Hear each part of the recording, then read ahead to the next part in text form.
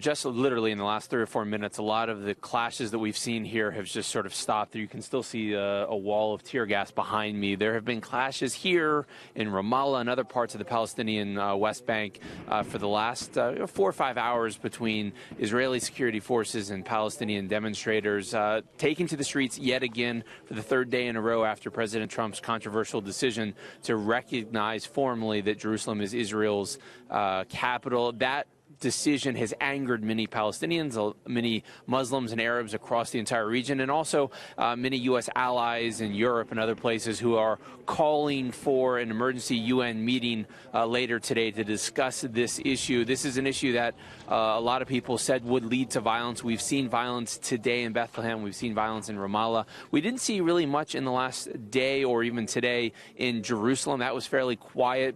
Afternoon prayers at Al-Aqsa went off pretty much without a hitch.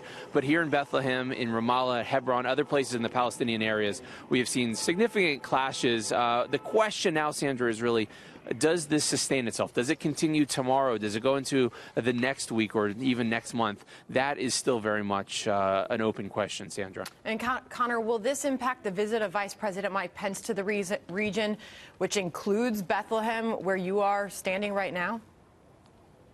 Yeah, he's literally going to drive down this road behind me if he comes here. The Palestinian Authority are still saying that he will come here. There have been some people in the Palestinian Authority who say he's not welcomed, but officially the trip is still on. But obviously security will be a big issue. Whether or not the Palestinians want to meet with him will be a big issue.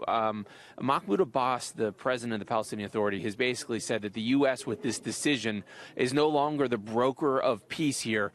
So there are some questions about whether or not the Palestinian leadership will want to meet with Vice President Pence. But if he does, the area that we're standing now, where we've seen clashes pretty much all day, all afternoon for the last 2 days, this is the area that Mike Pence is going to have to drive through. Security will be a big issue, as will the willingness on the PA to meet with him.